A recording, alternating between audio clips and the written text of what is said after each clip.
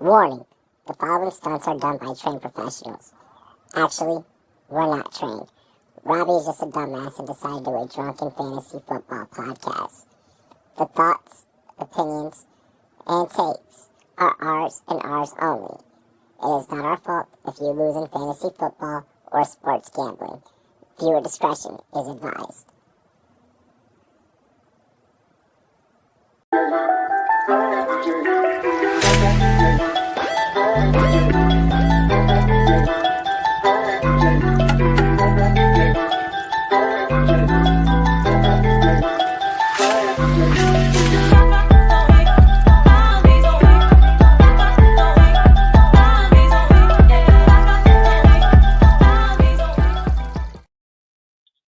Good evening, ladies and gentlemen. Welcome to the one and only Rumboyz Fantasy Network. It's your host, Rumboyz Robbie. Have we got a show for you tonight, ladies and gentlemen? But first, we do got to shout out our sponsors. I want to give a big shout out to our homies over at Shop GLD. Shop GLD, get like me. I'm rocking the Commanders piece. I'm throwing on the Dodgers piece while I'm sitting back chilling, having a couple of brewskis at the bar. Represent your favorite sports teams with your GLD. ShopGLD.com. Link is down below in the description. Feel free to copy and paste it and go ahead and get your shine on. Take them to the yacht. Show them what we got. Hop out in Miami when no land, I got no understanding. Out of here, I'm burning, or turn me up, you can't understand it. In the club, posted up, they lit up, no matter where I'm standing. Drop GLD for the Cuban link, yeah, you see it there. Might spaz out on some taller shit, no one zero tolerance. Money conversations ain't hard to relate, it's hollering. See my net, they acknowledge it, good bring away your knowledge. And without further ado, we do have to get into the crew. My co-host, ladies and gentlemen, give it up or drop the mic. FF. You're muted. What it do? Oh, I knew I was. What it do? What it do? It's Friday night. Let's get this party started because it's Friday night and I feel all right. This is how we do it. West Coast is Cheers the to best me. coast. Cheers to you, all the Rumboyz and girls. What it do? Dilly. Dilly, y'all.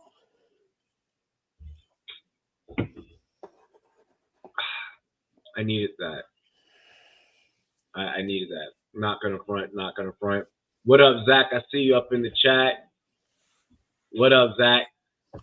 Lease series is over. I know you gotta be hurting. You gotta be hurting. Bird gang, let's rise up. Arizona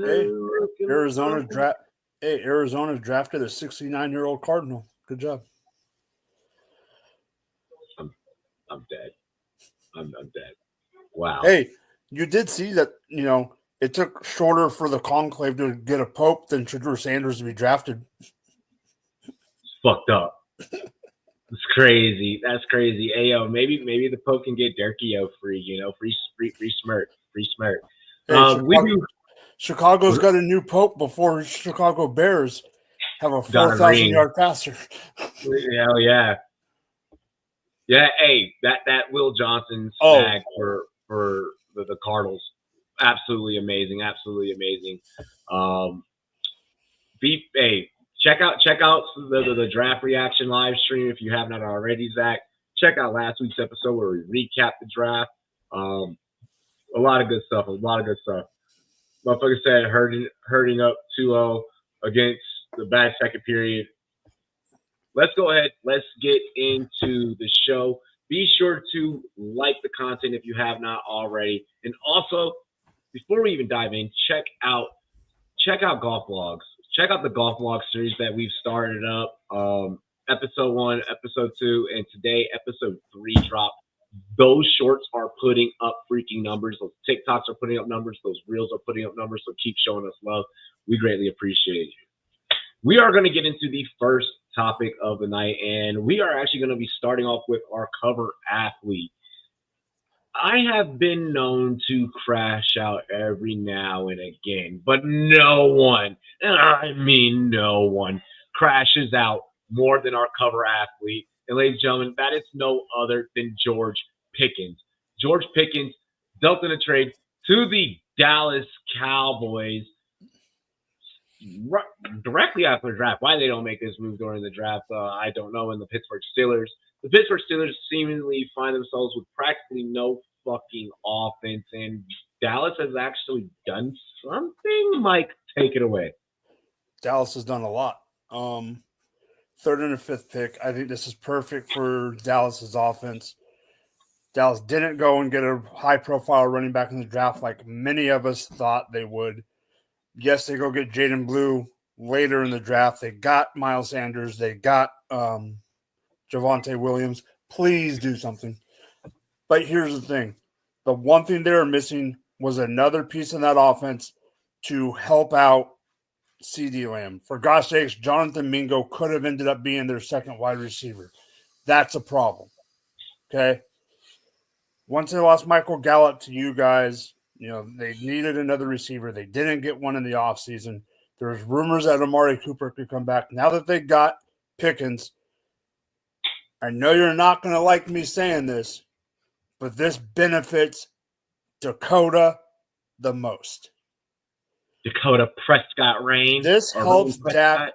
Yeah, this helps Dak the most. I think this jumps his value a little bit in fantasy. This absolutely helps CeeDee Lamb. Does it hurt Turd Ferguson a little bit? I am not sure. When it comes to the Steelers, if you're Aaron Rodgers, why are you coming? Because you only have DK Metcalf. You got Caleb Johnson and Warren, but like you said, are they going to be able to win? I don't think so. I saw rumors, they're probably the same rumors you saw on TikTok, that, the Jets are going to trade freaking Allen Lazard. If they did trade Allen Lazard to Pittsburgh, the only reason they would do that is because of Aaron Rodgers. I think Calvin Austin is still like their number 2 technically or something like that. The other thing that I find funny, and I want to bring this up because this is just comical to me before I throw it over to you. DK Metcalf let him keep 14. And now DK Metcalf's number is technically available, but I heard he's already chosen his new number 4 or whatever, and the jerseys have already been made, so now he can't go to 14. So DK got screwed on top of it. I'm sure yeah. I was about to say, I'm sure they'll probably figure out something, but probably not. Throw all fade walls to Pickens. That's fine. NFL young boy. If the Steelers don't find a QB, they will have Carson Beck in 2006. No. Sean LeFleur, I don't get this for Pittsburgh. If you're considering trading Pickens, why trade for DK? Right now, that I could kind of see that approach. I have a little bit of a different approach. I'm going to take Rowan Wilson, wide receiver 2. Let's fucking go. Oh gosh. Look, trading Pickens for a 2026 late round pick swap, and then also a late round pick swap. Hella interesting. From a Pittsburgh standpoint, you had no offense already. The offense was already going downhill. The quarterback situation, like I said for multiple weeks now, is fucking awful. Why wait on Aaron Rodgers? It's honestly the dumbest thing for me that I really can't fathom. We already saw last year that I think that Rodgers is done. If you want to try and reference the back half, you're just looking for a glimmer of hope. You're just looking for a glimmer of hope.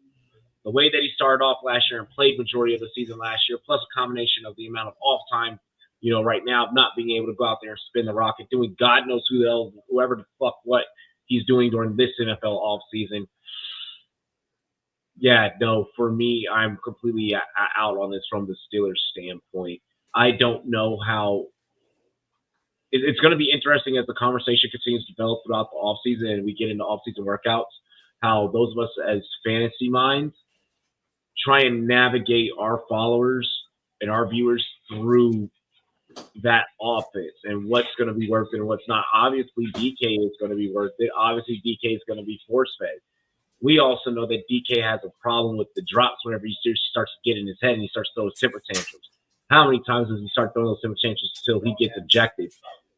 I don't know how profitable that turns out. That kid who handled that workload of being the full-time one and getting that amount of target share, can the body handle it and then be able to, for what the investment that you might pay from the fantasy football standpoint, be able to hold up. So I completely hate everything from the Pittsburgh Steelers side of it. Moving on to the Dallas side of it. Holy fuck, Dallas fans. Rejoice you did something good for the first time in God knows when. Getting George Pickens when you got Jonathan Mingo for, what was it, a fourth or whatever the fuck it was? Yeah, fourth. This is great. This is a significant upgrade. CD needed help. CD, hands down, needed help. Love this for Dallas. Do I think that this now makes them all of a sudden super competitive in the division? No, because at the same time you did get a crash out receiver who he's going to be too busy fucking throwing hands with Marshawn Lattimore twice a season that it's going to just be penalty down city all over the place. No, Marshawn Lattimore is not guarding him. Hey, you still got to deal. You still got to deal with Amos. You still no, I agree there. I'm just saying that he's not going to. You still get a knockdown to Quinyon Bay. Like, come on. I don't think that this makes Dallas. I think that this probably makes Dallas the third best receiving corps. Obviously, it's still AJ and Devontae. You throw Terry and Devo in there, boom. Yeah.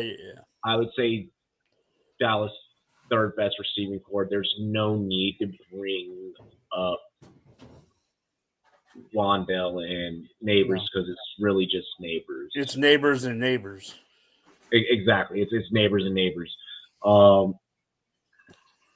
don't think that it moves the needle too much for Dallas. It definitely makes them better. It definitely gives them a little bit of an edge. Gotta see how all the new, free agents also interact. I think it helps in fantasy more than it does. It helps in fantasy more than it does actual NFL. Yeah. Dallas is still Dallas. Yeah. I want to bring one more thing up about Pittsburgh before we go off of this. And I honestly want to bring this up for receipts. And the reason I say I want to bring this up for receipts is what is a bold take that I've been saying for the past month? Actually, I think I've been saying it longer. What is something I've been saying for the past 2 or 3 months? If Aaron Rodgers is not the starting quarterback of the Pittsburgh Steelers, which if I'm Aaron and they did this, I wouldn't come back. Do you agree? Well, no. If I'm Aaron, I'm like, yeah, retirement looks real great right now. Yeah.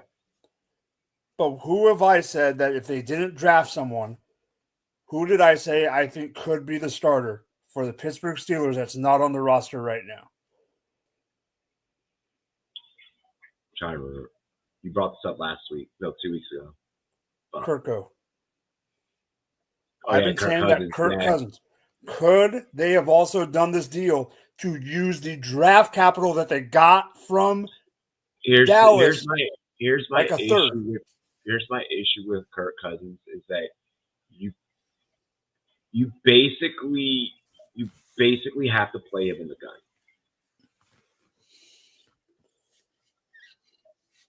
And I don't know if Pittsburgh is going to take that approach. Because of his unathleticism, you mean? Yeah. He's unathletic as fuck. Like, you literally have to play Kirk Cousins in the gun because he has to be able to read. He has to be able to be back deep enough to read the coverage. When he's directly under center, which Pittsburgh loves to do. But you brought up you said a certain word about but you said a certain word about Pittsburgh twice in the past few weeks. And that word was mediocre. And I said you were wrong about mediocre, but I understand what you're saying. Because they hover around that middle range. They're always above 500. They're 9-8, 8-8. They're never below 500.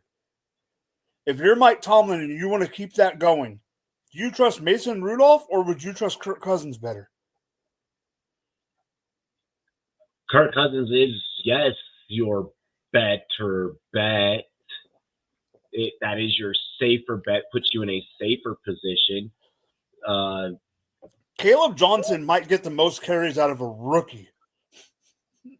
Highly likely.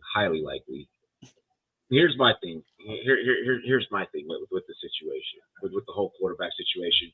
If it's Kirk Cousins, if it's Mason Rudolph, to me right now it looks like this fucking team is tanking.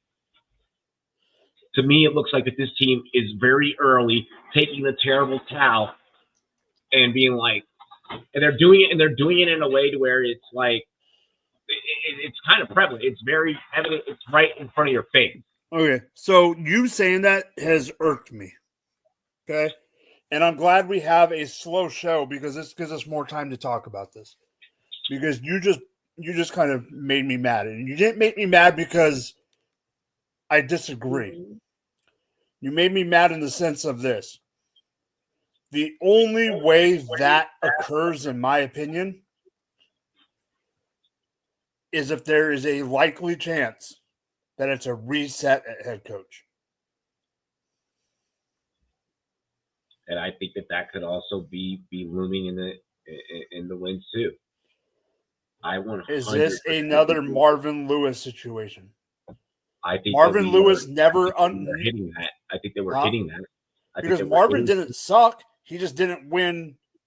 I mean, Tomlin hasn't been under 500. Even with freaking Duck Hodges and freaking that year that Mason Rudolph got his head slammed in by freaking Myles Garrett. Bro, that was fucking hilarious and will forever be the most hilarious damn moment in the history of just crash outs. Like that was like that to this day is my favorite crash out ever.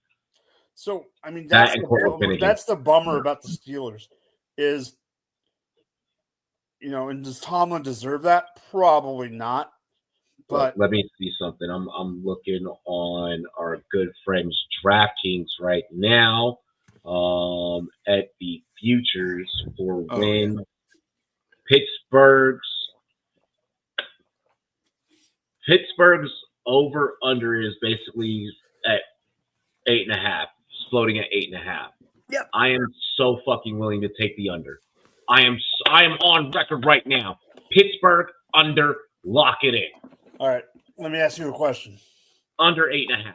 Are they third or fourth in their division? I could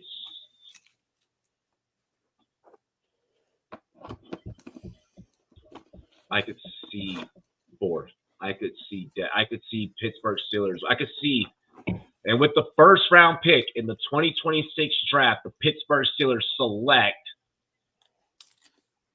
insert hottest name come draft time next year.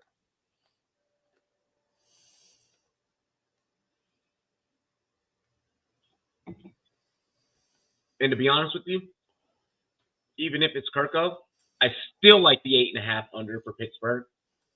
And I still like them to still be, if it's Kirko, top 3 picks. Well, I think that 8.5 is baked in that it's. I think that 8.5 is baked in that it's more than likely. I think it's baked in that Rodgers is likely to be the QB. I think that 8.5 is baked in with Rodgers. So if Kirko or Rudolph, locking it now. Yeah, you got to lock it in now if you don't think Rodgers is going to be the QB. 1-800-GAMBLER if you have a problem, by the way. Just make sure you call that number. I haven't betted in 3 days, too. Got to start somewhere. Really quick, I do want to also, while we're on this topic, as we're closing out this topic, I am going to lock in a over/under after this Pickens news. This is subject to change. Their line is set at 7.5. Who? Dallas. I'm over that. This is following Pickens. I'm going over. Here's my thing.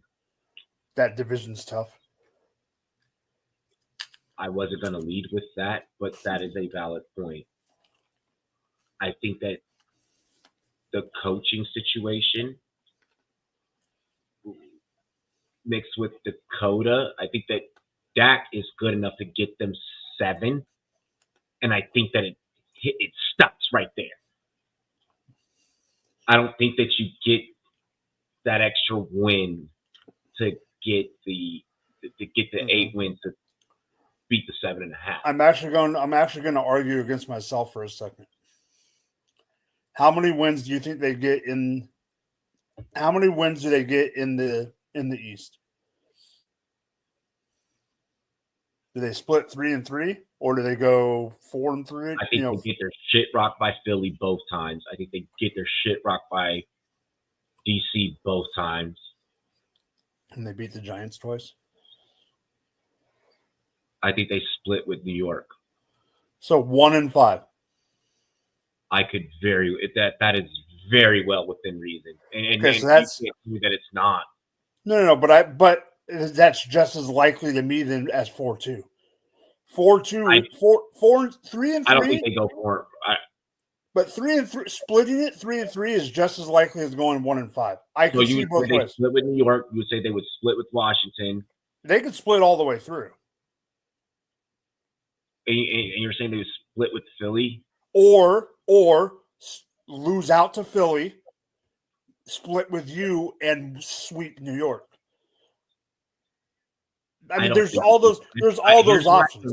I don't think that they sweep New York because New York's defense did get and we'll get to that later. To where, but so that's my issue with that.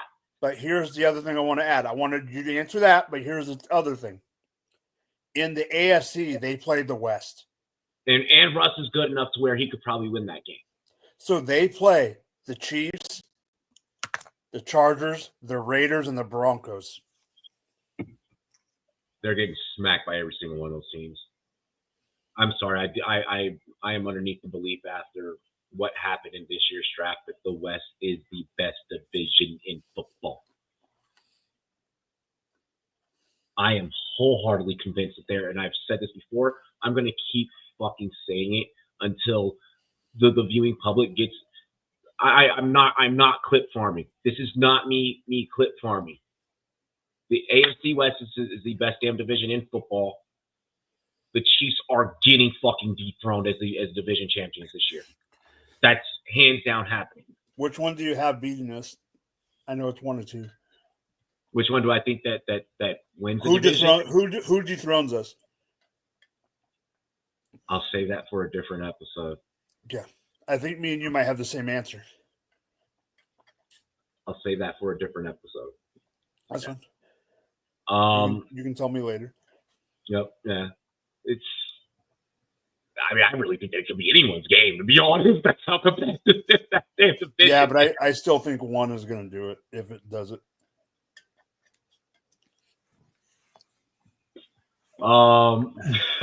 Yeah, Genty will smack Dallas. The Raiders will beat Dallas by 2 scores, hands down.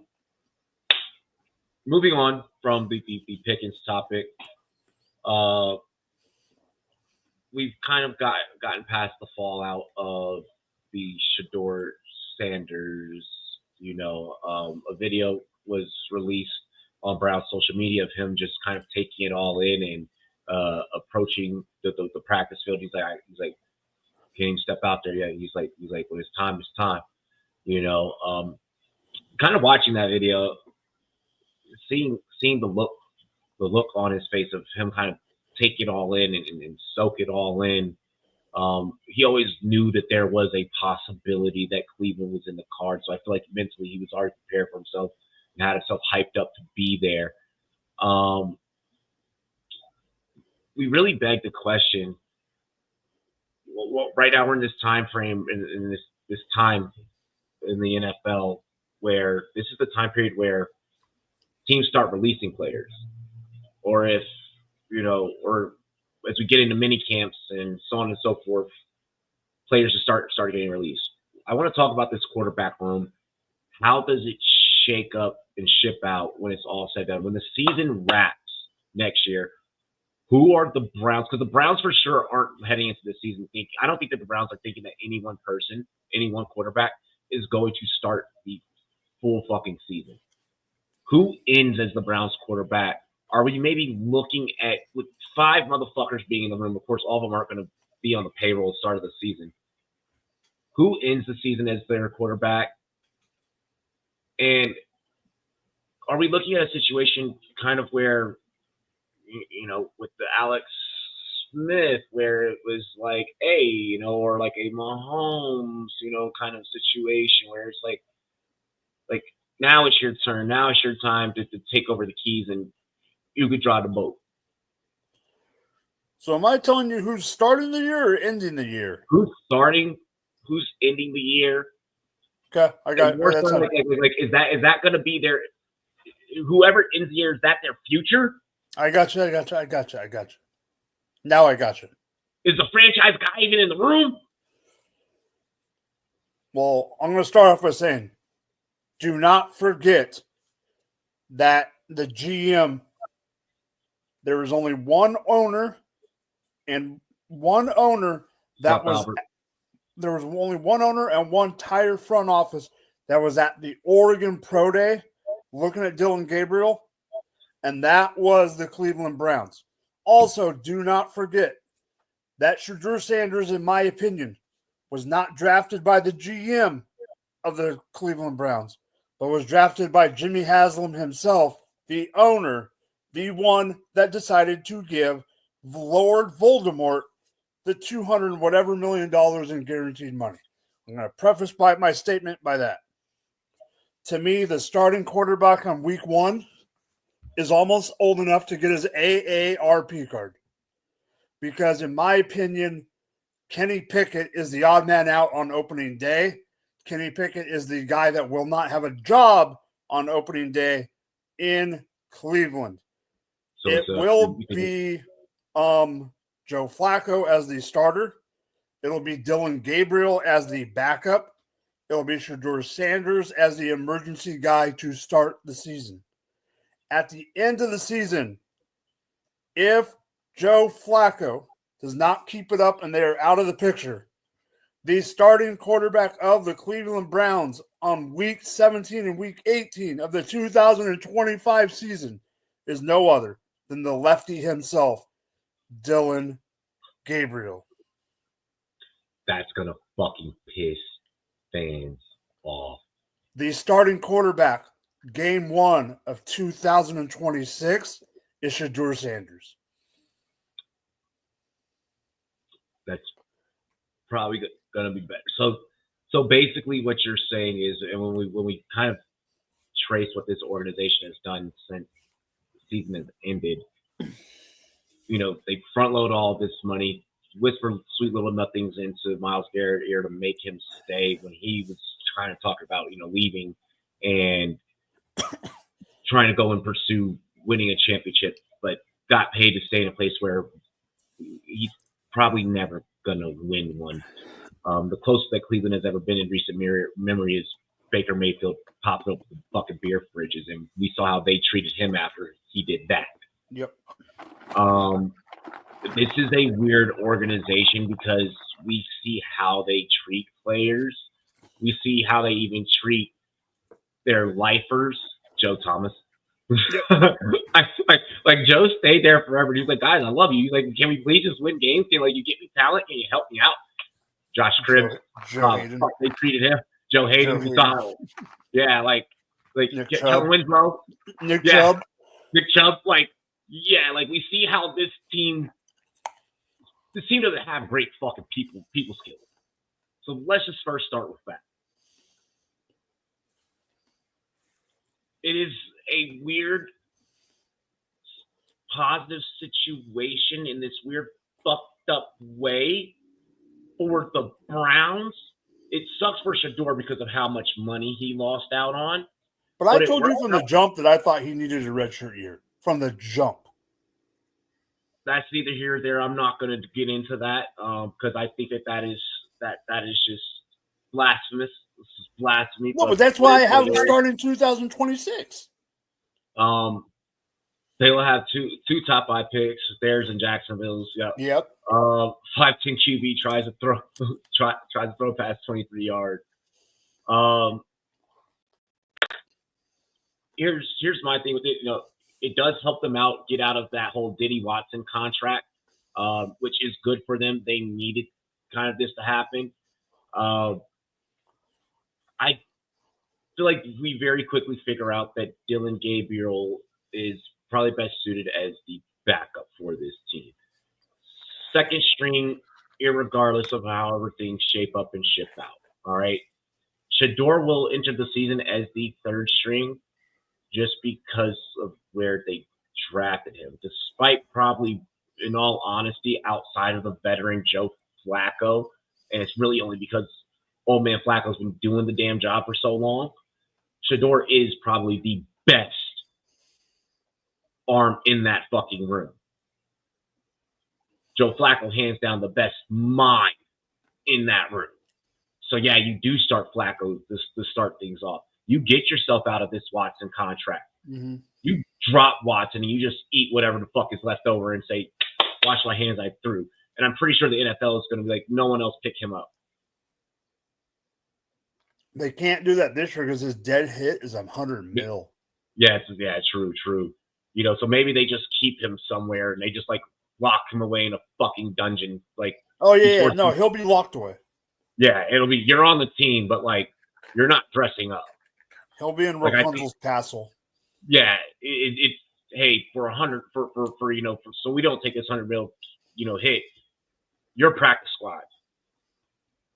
I think that is time that we admit that Watson is fucking cooked. I think it's time that Cleveland, if they want to win any type of games this year, they admit that Watson is cooked. You go in, start Flacco. Gabriel's the second string. Let's hurry up and let's get it done and over with where we prove that he's not the one. We know that Flacco's not going to play a full season, especially at his age. Gabriel comes in, stinks to join up.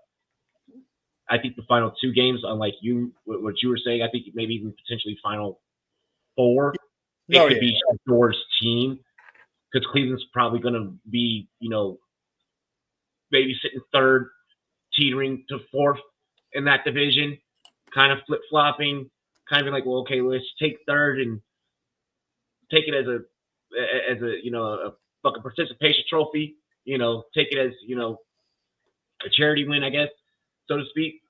So that's the way I kind of see this shaping up and shipping out, with eventually Shedeur kind of fully taking over the team. Browns being able to, have a guy cheap for a couple of years, will be the 4th rounder. Gabriel, who can, kind of sit back, and whatever veteran that comes along, as a bridge, just sign for a fucking payday for the hell of it. So, as far as from we kind of have the same thought. Yeah, as far as from a fantasy football standpoint, stay the fuck away from this quarterback room, especially two QBs, like 2 QB leagues. I know that things can get very tough at the quarterback position in those leagues. So somebody out there is going to end up with one of those Cleveland Browns quarterbacks. Try your damn best, though, to not be one of them. I don't even think that at this point you can snag any of them as your third string guy. No, I mean, I know me and you play every freaking kind of format there is. I'm in a dynasty league that I ended up drafting Shedeur at 306, and he's already on my taxi squad. Like, he's on my taxi squad before June 1st. Brown starting kicker is Justin Tucker, too. I'm dead. Wow. Dead. Like, look, the Cleveland Convicts, hey, you never know. You never know. I just really think that it's in their best interest to get out of Watson. And if you don't utilize how the draft fell for you to where you do have this RG3 Kirk Cousins thing that can kind of maybe work out for you. The problem that Cleveland has is that your third string guy from film that we know and when we look at the stat sheets, is the more accurate passer out of the two. Mm-hmm. We know that. Is it Cleveland has to make a decision and they have to be ahead of the ball whenever Joe's noodle arm starts creeping the fuck in like it did in Indy? They need to figure out really quick and be ahead of the game early of like, look, we could try and start you, Gabriel. We like you. We love you. We also need to simultaneously keep money flowing through this building and asses in seats, and we're going to have to throw Shador out there. Like, right. I think Question that for you. Fall into play. That has to be Question for you before we go to the next topic. With the way the quarterback room is, up, down, or neutral on the value for redraft of Jerry Jeudy? I think what he was able to do with the dog shit that he was given second half of the season justifies the answer to be neutral. Okay. I think that when you're in that, where would you say that Judy probably going? Probably 12, 10, 12. Yeah. When you're in that range in between those 3 rounds and Jerry Judy's sitting there, you're looking at what value pieces you can get. And if you're pulling his, he could end up as a top 24. He could end up as a top. Yeah, 24. he could. I mean, but when you're walking up to put that sticker on the board, you need to be thinking in the back of your head, I'm probably not going to get production out of this guy until middle of the season. You're probably going to see a spike with Flacco for like 2-3 weeks. Defenses will catch on to, the veteran. It'll start getting bad for like another 3 weeks. Flacco will get pulled. One of the young guns will go in. By week 7, week 8, one of the young guns is out there. And for all of the listeners, because Robbie will know where I'm going with this after that. I think Judy is going to get that bump. Someone that I think is going to be hurt earlier in the year, but once that happens, what Robbie's saying, the one that's going to have a good second half of the year is Njoku. Because of the you don't worry with Fannin being drafted there. I know that rookie tight ends take a minute, but why I'm not? There's one main reason I'm not. This is, to me, the Fannin pick is a future pick because this is the last year on Njoku's contract, and I don't think Njoku comes back like Garrett. I think that Njoku's probably looking at what happened with Garrett and is like, yeah, fuck that. Yeah, that's why. That's why I think could Fannin take a little bit. Yeah, but I think Njoku's going to be trying to. Like Njoku could also be looking at it like, you're going to pay me to stay here forever and lose. Like, you know what? Like, at least I'm still in the NFL. Yeah. So we'll see. Because that's what the Browns do. Like, that's what the Browns do. Like they'll pay you to stay forever to lose. Mm-hmm. So kind of interesting. Speaking of interesting, we are so close to the NFL schedule release. Wow. All right. Schedule release 2025 is right around the corner.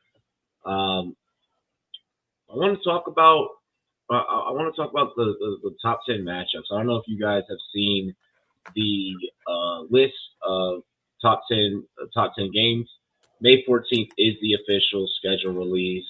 Let me go ahead, bring this up. I did just have this list. And this is per NFL.com. Hold up. There is going to be a international game in Madrid. Super excited. Rumors having it that we know the Dolphins are associated with that game. It sounded like that it's going to also be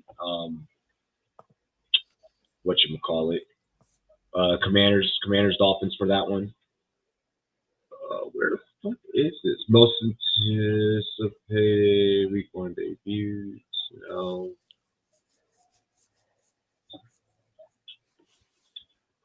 Oh, there we go. Top 10 games. All right. So starting off number one on the list, or we'll go from 10. We'll go from 10 all the way to 1. 10 down. All right. So starting off at number 10 is for some reason Green Bay and Pittsburgh. They're saying that this one is a big if. Yeah. If this is because of it. If Rodgers actually signed. And I heard that could be in Ireland. I'm seeing that the where is at Acrisure Stadium, Pittsburgh. Well, I'm saying it could turn into. They haven't said if it's gonna be, but it could be an international. I guess, yeah. Because remember, one of the Rooney brothers, or one of the Rooneys, was an ambassador for the United States to Ireland, so that's why they're saying. Yeah. No, that would make sense. That would make sense. I like linking these two teams to that rumor. These are two really historic fan bases. In all honesty, where if you were to move this game, if this was to be the Ireland game, when we talk about like expand the game, like the globalization, I couldn't think of two smash mouth like fan bases that like prepared for that city to prepare for I'm assuming to be in Dublin for that game. Like Pittsburgh, or I'm sorry, Green Bay, longest running fan base in NFL history and football history. I mean, then Pittsburgh pretty much like an historical presence, kind of basically like right there with all their rings. I like that. I actually like that. That is the Ireland game. I don't like it for Pittsburgh. Maybe Pittsburgh could get away with the win because of the jet lag. Yeah. Or not, because Green Bay is already used to the training and getting used to and leading up to travel. It just depends on when it is in the year. It just depends on, is it a week 4 or 5? Is it a week 10, 11? It just depends. Matchup-wise, I understand why it's 10. I understand why it's 10 for the matchup alone, even if the Ireland thing wasn't even a thing. Okay. Minnesota, Against Seattle, number 9. At Seattle is where we're sitting at right now. Here's why I like this. Obviously, I know the one reason. We get to see, potentially, depending on when in the season this is, we could be seeing Jalen, JJ. And I think that'd be fucking nuts. And then also freaking Jettas versus Woolen. Oh yes. Oh, there's gonna be a fight this game. No, this whole thing to me is about Sam Darnold and JJ. Yeah, Sam and Darnold. And then Sam and JJ, like, I like this. I like this a lot, actually. Like, Sam Darnold revenge game, because I don't think that Jalen's gonna be getting that starting role anytime soon. No, not yet. I don't think that Darnold stinks enough. I think that Darnold actually probably gives us what he gave us last year. For real. I think that Sam Darnold does have fantasy value heading into this season, actually. Yeah, I do too. I think that Sam Darnold is about to do his best Baker Mayfield. There's something about those quarterbacks that got sent to Carolina during that time fucking frame and then ended up on other things. Don't forget, Sam Darnold had to start his career with Adam freaking Gase. Yeah, That's a freaking pass. That's a freaking pass. Oh yeah, anyone that has to start their career with Adam Gase, definitely. Gase, Hackett, you get a pass. Right. Broncos, Texans, at NRG. God. There's some division matchups that aren't being listed in this that I don't like that they're not listed. I'm wondering if these are all going to be primetime games and if that's why some of these have dropped. Oh. And I'm wondering if that's just why they compiled this list this way. Well, because if you look at the schedule release, some of the channels are allowed to. They're letting the channels release some of their games like a couple of days early. So I'm wondering if it's like, oh, we're gonna, because like they're letting Prime announce their games the day before, or something like that. I mean, are we sure that that's not a political act of war, letting Amazon be that transparent? Who's number 6 or 7? I'm skipping really that quick one. with number 8. Really quick with number 8.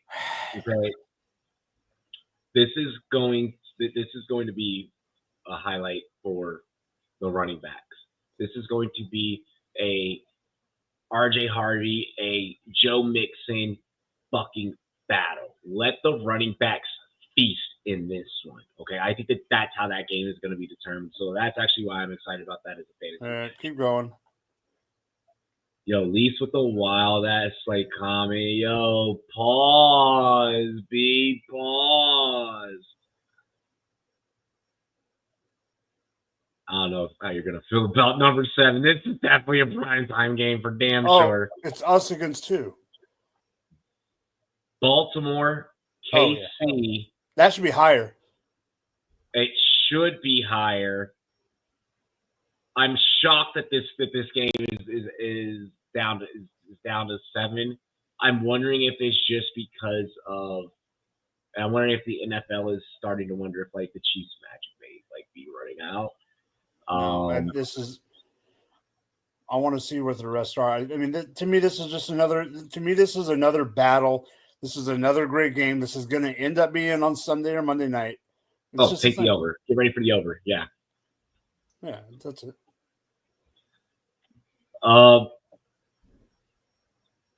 Number 6. Number 6. I did not make this list. Bears. Bears. Commanders.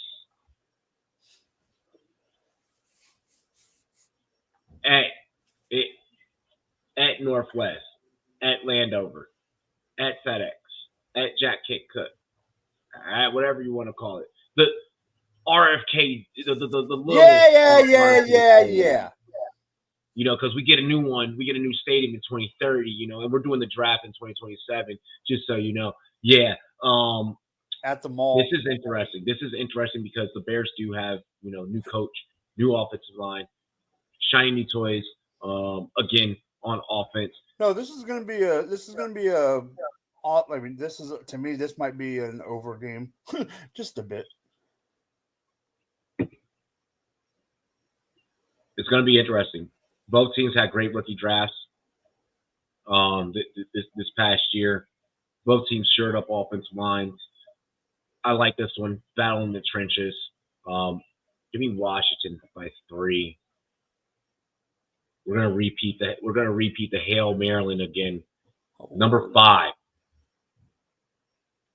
Cincy. Buffalo. Cincy having to go up to Orchard. Is this a snow game? If this is a snow game, Buffalo, you better hurry up and keep James Cook and make that man happy. Because Buffalo, you can't win in the snow without James. So that one's gonna be interesting. High power receivers there for Cincinnati. So I'm interested to see how late in the year is this, which, by the way, shout out to Buffalo. I'm hearing that they're probably going to they're supposed to be re-innovating the stadium, and it's supposed to, so we'll see what happens. Number 4. You made the list twice. We did, or you did? You did. I thought it'd be 3 times we made it. So far you made it twice. Who's this? You are. So yeah, I'm not going to reveal if you made it 3 yet. Super Bowl rematch. Yeah. This is the one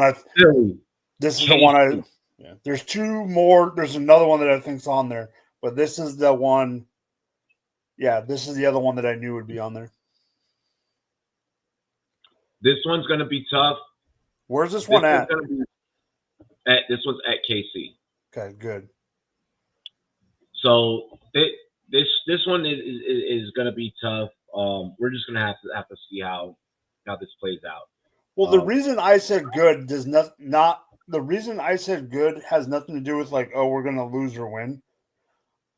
If this game was going to be in Philly, I would be deathly afraid that they would put it on opening day. Oh yeah. And I would not, and I don't want that rematch on that opening Thursday in Philly. I don't want that. I don't want that game. No. Hell no, I would not. Because you know they would do it. No, I mean, like I said, that one we already know. We don't gotta go too crazy about that one. Number 3, Rams Ravens. I don't like it. Keep going. Number 2, Lions Eagles. Love it. So deserving of number 2. Could have moved around if we moved maybe a couple different games around. We didn't make this list, but I do love that game. You got Amon-Ra, you got Sam Laporta, you got the running back tandem in the backfield, but then you also on the other side, you got the wide receiver duo of AJ and Slim Reaper with Saquads in the backfield. Tush push is still probably going to be a thing, so that Jalen Hurts is always going to be dangerous as well. And then number 1, Kansas City has to go to Orchard to take on Buffalo. That's the one I knew. That's the other one I was hoping. That one, must-see TV. Josh Allen, it don't even count as your revenge. Get your damn revenge in the fucking playoffs if the Chiefs even end up being there. We're making the playoffs. Shut the hell up. One thing I want to say about this list. I hate this list. I absolutely hate this list. The reason I hate this list, and maybe they did this list on purpose this way. But if you're going to set certain games up, like, as the best of the year, there's not a single division matchup in that list. There's no Bears against Lions in that list. There's no Washington, Philly, or, Chiefs, Broncos could be on that list. There could be a Baltimore, Cincy on that list. There's certain matchups that are like legit that should still be on that list no matter what. Like when you brought up that Chicago was on that list, when you said Chicago, the reason I gave the look wasn't because I don't think the Commanders is a good matchup. I thought you were going to say Detroit. I make the list. No, I know. I'm just saying. I'm just saying. That's why I don't think this is a good list, because to do best games of the year, there are some division matchups that deserve to be in that ilk. And then there's also just some games that, because of just their historical meaning, everyone's going to watch. Like just in the part of the nation that I live in, Broncos Raiders is like heavily fucking watched. Like that's a huge watch. Like Broncos Chiefs is sure is going to be a must watch. Yeah, Broncos Chiefs is for sure going to be a fucking must watch. No matter how bad either Washington has been or Dallas has been, that game has historical significance. Probably not as much as it used to. Yep. Dallas hasn't been upholding their end of that fight, but that's going to be what must watch. Like anything with the Eagles dealing with Eagles Chiefs, that one was on the list. Like you said, Eagles Washington, that one should definitely be a must fucking watch. Like there's a few that I feel like that they didn't really point out.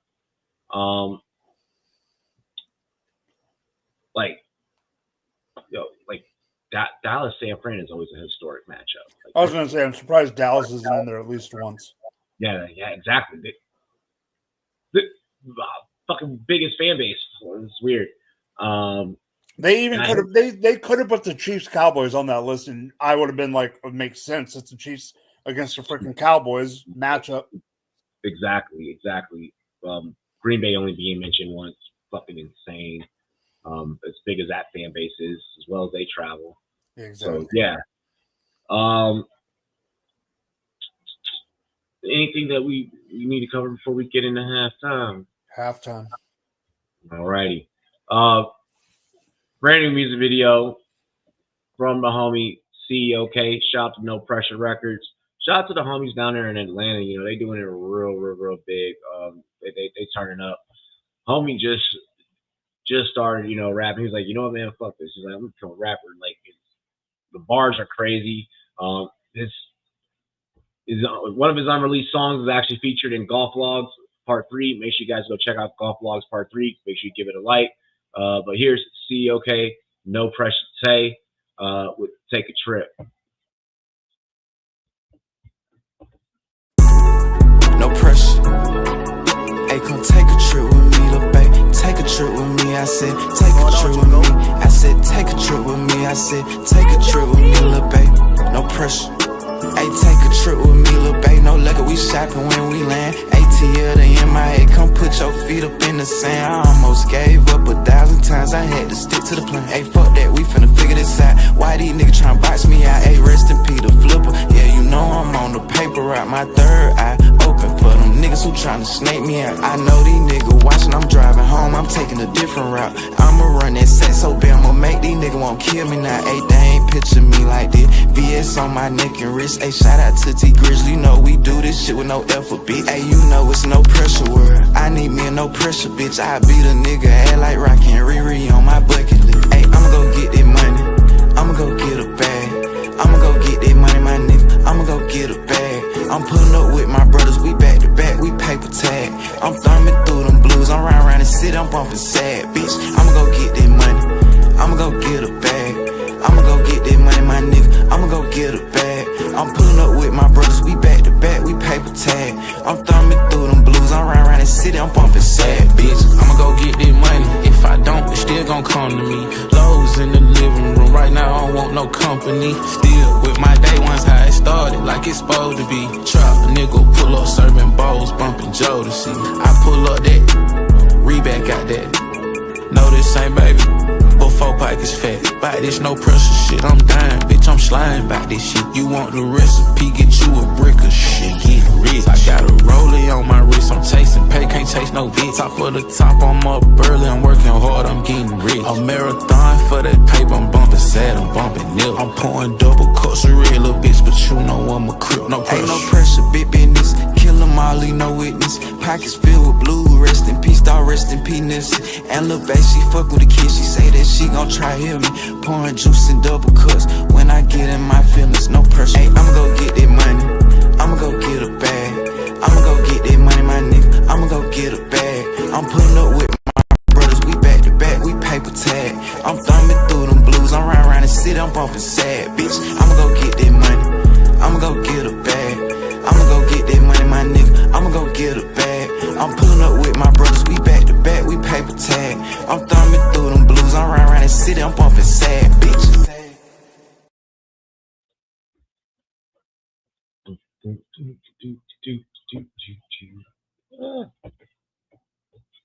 Hop out in Miami when no land, ain't got no understanding. How the hell I'm burning, no turn me up, you can't understand. In the club, posted up, they lit up, no matter where I'm standing. Top CLD for the Cuban link, yeah, you see it there. Might spaz out on some taller shit, no on zero tolerance. Money conversations ain't hard to relate, it's hollering. See my net, they acknowledge it, good friend, girl, where you're not.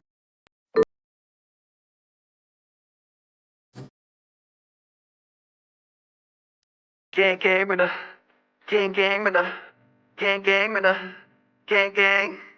Gang gang when the cash in, we just scribbling racks out. I've been in him for rapping, something special with cash cow. I took a drink like whacking, fuck this bitch, she tap out. Bad bitch, ass out, cash in, cash out. Gang gang when the cash in, we just scribbling racks out. I've been in him for rapping, something special with cash cow. I took a drink like whacking, fuck the bitch, she tap out. Bad bitch, bitch, cash out, cash in, cash out. Gang game and a cash in, road to success on a fast route. You don't really wanna wax in, I blow this bitch when I back out. I came to get rich with half clout. I lit the city in a blackout. I lit the shit that I rap out. Get pistol whipped if you act out. That's how it go. I seen the shit happen. You don't want smoke, keep the shit rapping. Oh, they got jokes, let's use laughing. I came with a pole, that bitch get to dance and I woke them up cause they been asleep. I roll around like the Genovese. My whole squad like the den of thieves. Gang game and the cash in. We distributing racks out. I made a name for rapping. Turn this bitch to a cash cow. I took your chick while you lacking. Fuck the bitch, she tap out. Bad bitch, ass out. Cash in, cash out. Gang game and the cash in. We distributing racks out. I made a name for rapping. Turn this bitch to a cash cow. I took your chick while you lacking. Fuck the bitch, she tap out. Bad bitch, ass out. Cash in, cash out. Just sleeping on me, now they woke. Thinking of creeping on me and get smoked. We couldn't eat it for leaves, we's broke. Shout out to BV and CC, my bros. Rowdy and Malvy, VB, feed the low. Y'all team, I'm seeing his ghost. Still in the street, cause to me it's my home. My city need me, they deem me the go. They loving the flow, they say my shit wavy. I got that dope like back in the 80s. I got your hoe, she acting all crazy. Cutting my show, it's back like the baby. So don't hate me, no. Cause I stayed down till I pay him off. I stayed the same while they changed up. Not making rain on these lame dogs. Gang game and the cash in. We distributing racks out. I made a name for rapping. Turn this bitch to a cash cow. I took your chick while you lacking. Fuck the bitch, she tap out. Bad bitch, ass out. Cash in, cash out. Gang game and the cash in. We distributing racks out. I made a name for rapping. Turn this bitch to a cash cow. I took your chick while you lacking. Fuck the bitch, she tap out. Bad bitch, ass out. Cash in, cash out.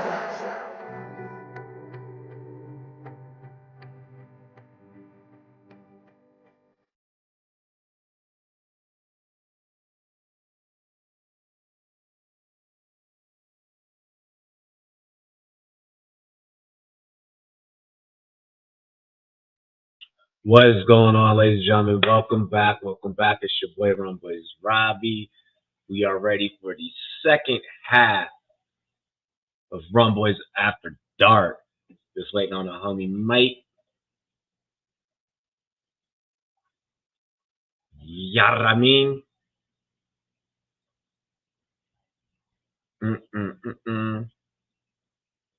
I made a check of a rapping. I just mentioned a cash cow.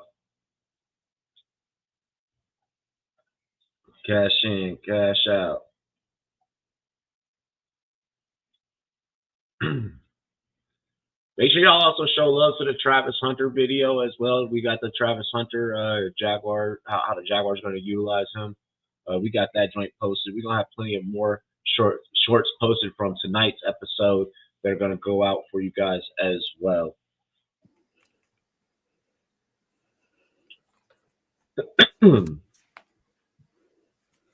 Yozers. What's up? Just waiting on you, bro. Okay. I'm ready. Okay, I'm reloaded. Cheers to me. Cheers to you. All the rum boys and girls want to do. Dilly dilly. Dilly dilly.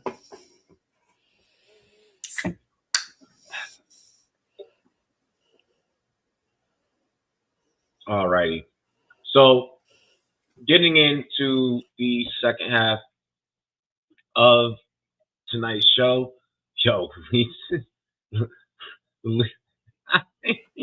Someone's upset.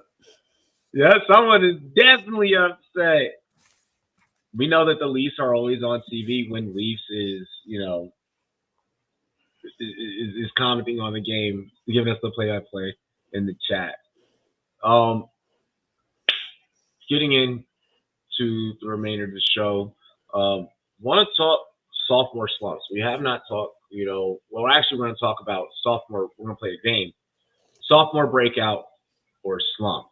And this is really just in regards to the quarterbacks, the second-year quarterbacks. We'll go through the list. We'll kind of, toss one back and forth and see how one another's feeling. Want you to start? Who do you want to talk about first? Who should we break down first? Let's go down the draft order. Go down the draft order? Okay.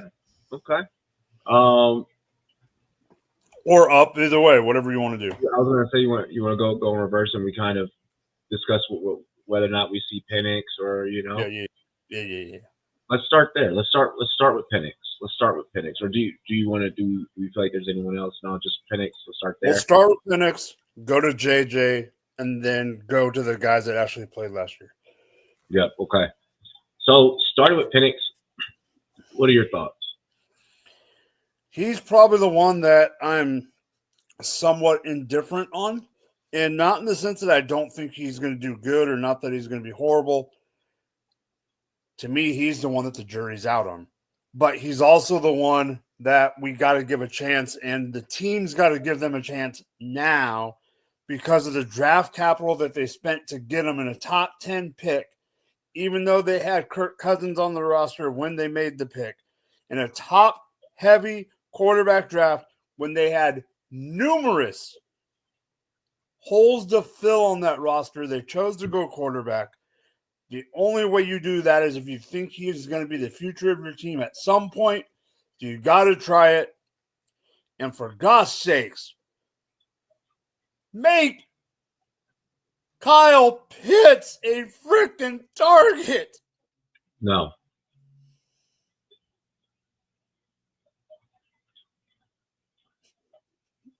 No on Pitts or no on Penix?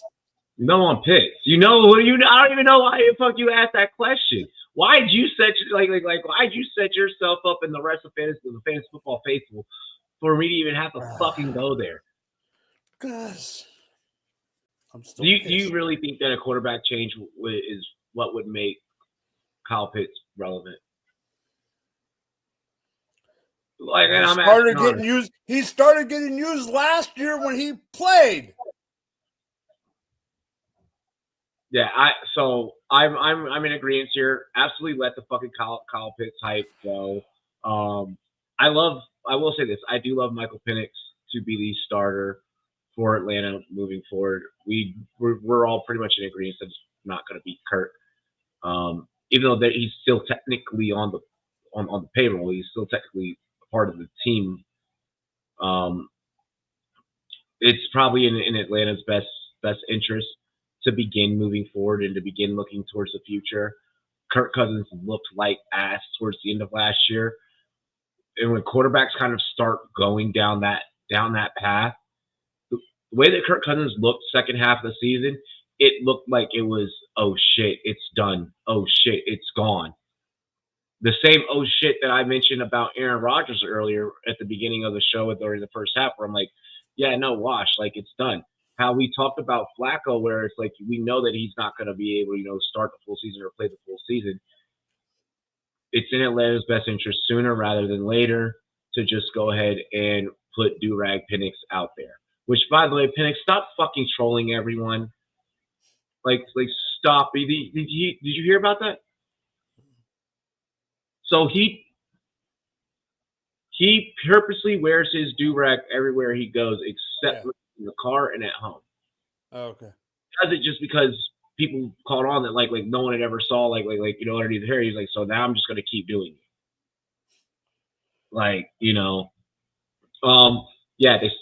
They still got London. They still got Mooney. London's going to do. And then Bijan in the backfield who can do what he can do in the running game and the passing game. If you're Atlanta, I'm sorry, you don't need Kyle Pitts. Kyle Pitts, you probably need a different destination if you want to beat something. An offense that actually runs to the tight end and is predicated on it. Because this ain't it for you, buddy.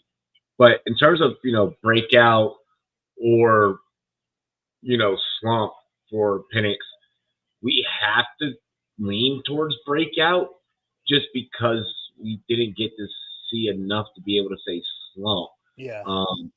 I think that you're still having a conversation of whether or not he's a bust pick or not, and we don't know that yet.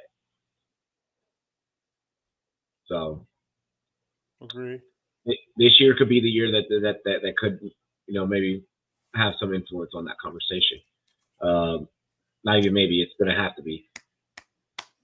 Moving on from Michael Penix to JJ McCarthy. McCarthy obviously did not play last year due to injury. He is set to start. This is his team. He has been given the keys to a fucking Ferrari up there in Minnesota. What are our thoughts? Like you said, he's getting a Ferrari. He doesn't have a choice. He has to succeed. I think this shows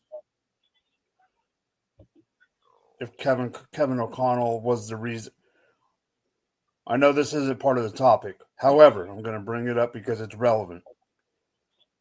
How JJ does to me is going to prove a little bit if Sam Darnold for the first part of the year last year was a Sam Darnold thing or a Kevin O'Connell thing. And the reason that's important is the only way JJ succeeds is, in my opinion, is if this is a Kevin O'Connell thing. Not because of JJ's not talented, but being still technically a rookie in playing time and needing another, you have Addison, you got Jefferson. But I don't think this team did anything to improve the offense. This team didn't do much. Like, they didn't move up the ladder, and they didn't really move. They might have moved down the ladder only because other teams hopped them, not because they did anything right. So I am going to say breakout because I think this team needs it to be a breakout. Otherwise, they're going to take a step back, and then in 2026, they could be the last place team, and then you never know what could happen. So for that reason, they need him to be a breakout. I really like what JJ can potentially be for fantasy just because it's one of those things where everyone in the draft room in redraft formats is going to be looking at you when you pull that name off the board. Mainly talking to my 2 QB crowd. 1 QB, he's probably not going to be on your team, maybe as a backup at best. But he is going to be the name when you put that sticker on the board. People are going to ooh and ah. They're like, "Are you serious? You're trusting this guy? Fresh off an injury. We don't know what he's going to be. You're going to get roasted." But here's why I like it. Aaron Jones in the backfield. That offensive line is pretty fucking stable. Probably arguably one of the best in the damn National Football League. Tight end situation is working great for them there. With Hot. You got Jettis. Anytime that you got Jettis as somebody to throw to, things are working pretty damn well in your favor. And they got this guy that I don't know if you heard about before, but we did a segment on him last year that posted some damn good fucking numbers, and that was Jordan Addison. Jordan Addison, who we said last year, hey, it's going to be a breakout guy. It's going to be a thing. Was a fucking thing. It's probably going to continue to be a thing. Then Aaron Jones. I don't know if I already brought up Aaron Jones, but Aaron Jones in that backfield also. The talent around JJ is there, and the defense is also in place to be able to generate turnovers to give JJ even more time and more snaps and more experience on the field to be able to get used to NFL speed. Do I think that it's probably going to be rocky the first 3-4 weeks for JJ? Fuck yeah. Do I think that Minnesota fans probably lose their shit first 4 weeks? Fuck yeah. But I think that all in all, it eventually balances out. And this is a kid that even though we don't know what he can do, I'm wanting to buy into the fantasy value as a dart throw. I'm willing to play the fuck around and find out game with JJ, whereas, Penix, who we talked about before, I don't know if I'm willing to play the fuck around and find out, even as being a backup on my roster. So that's just me personally. How do you feel about that, really quick? If I were to go, JJ, Cam Ward, Penix, how would you kind of play that game? If I was who are you more willing to play the fuck around and find out? FAFO. Oh, it would go JJ, Penix, Cam for this year because I still think Tennessee is going to end up with a top 3 to 5 pick. Okay, fair. Here's the problem. Tennessee's offensive line isn't great. Tennessee's defense isn't great. They screwed over Vrabel. They didn't set up Callahan for success at all. They this team is not built. I mean, for God's sakes, Xavier Restrepo, who we both didn't mind in the pre-draft process, didn't get drafted, became a UDFA, and at this point might be the number 2 wide receiver on the team. Valid. Something else that I kind of want to throw out there before we get into to the rest of the quarterbacks that we were going to talk about. One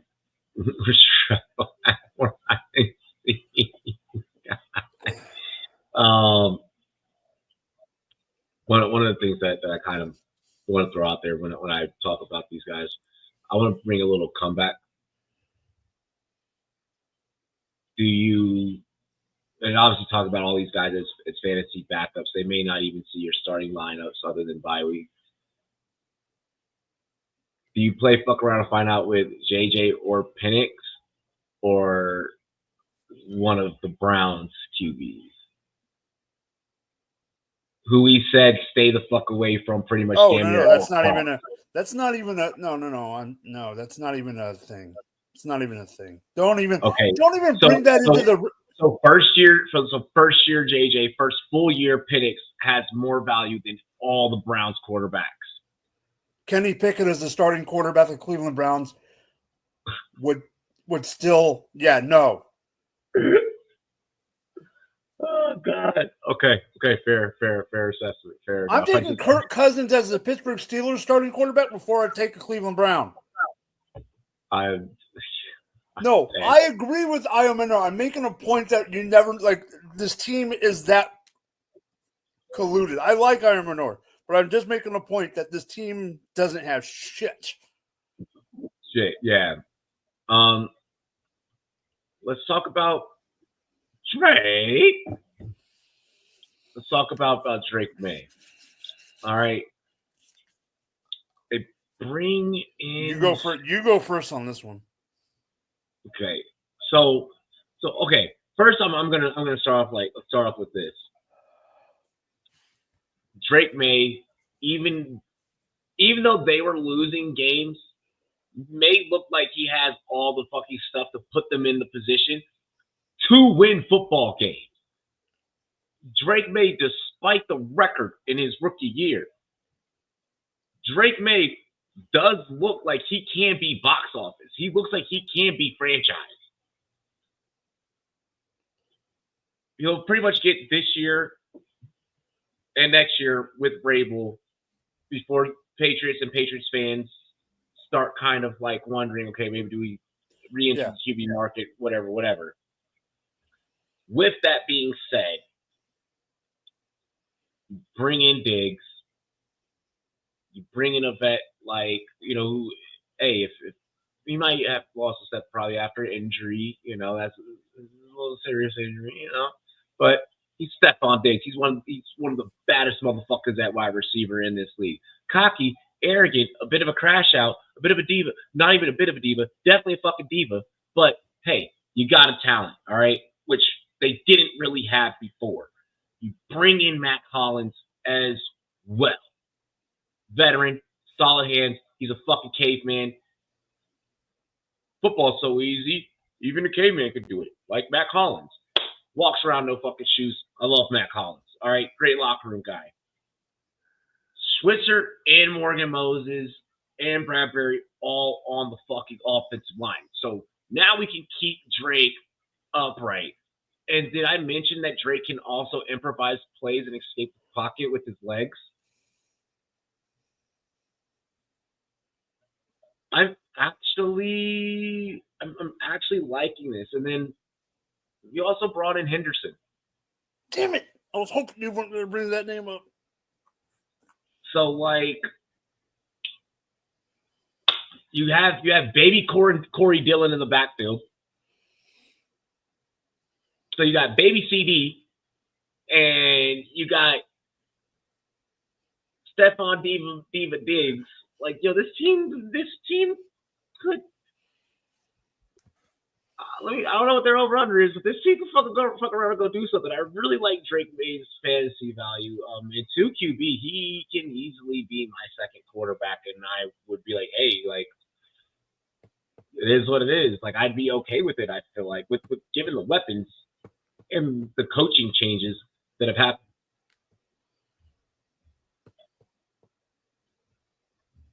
All right. And Yes, I'll look up that over and under while you brought up Diggs, you brought up Matt Collins, whatever. You brought up Henderson, which I was hoping you weren't because I wanted to bring that up. But you also forgot to bring up that the number overall 4th pick in the draft was Will frickin' Campbell, who was going to be there to block for the mofo. Yep, and Will Campbell. Yeah. The other one that you forgot to bring up, and I'm really glad you didn't bring up. Wide receiver, Washington State, Kyle Williams. He's rising up people's rookie draft boards. He's got another talent. Me and you both like Javon Baker over Jalen Polk before the draft last year. Yeah. I think Polk is going to be the crash out that you like to call other crash outs. I think that's going to be Polk on this roster. I'm not saying Baker's going to be a stud, but I still think Baker has a chance. Baker can be the 3. I think Baker can be the 3. I think Polk's the odd man out.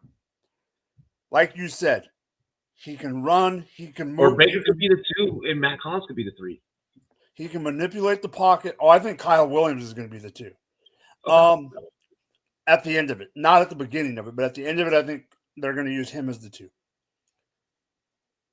He can manipulate the pocket. Like you said, he was doing stuff with a horrible team. You bring in a head coach. You bring in Vrabel. I think Vrabel's going to be good for his mindset. Vrabel's also going to want to run the ball with Travion. And you still got Ramondre. You still got your boy Antonio Gibson. And the other thing is, he likes to freaking throw. Travion is good in the passing game, can be good in the passing game as well. I'll be 100% honest. Top 10 upside, baby. Let's go. Top 10 upside for Drake May? I'm not saying it's going to happen. Let's just say a top 10 pick for Drake May in fantasy might be something you hear during a bold take prediction show. Yeah, they say Blue did have a decent year. Did have a decent. He drives me nuts because he could have been so much. He could have been so good. I had him in Devi. He could have been so good. Yeah, that one is a heartbreak. Over under 8.5 wins for them. It's crazy that they set that line. I got him at 10-7 at this moment. So who would be in the bottom of that division then? It's still going to be the Jets. So Jets bottom. Bills Actually, top. I don't know. It very well could be the Dolphins.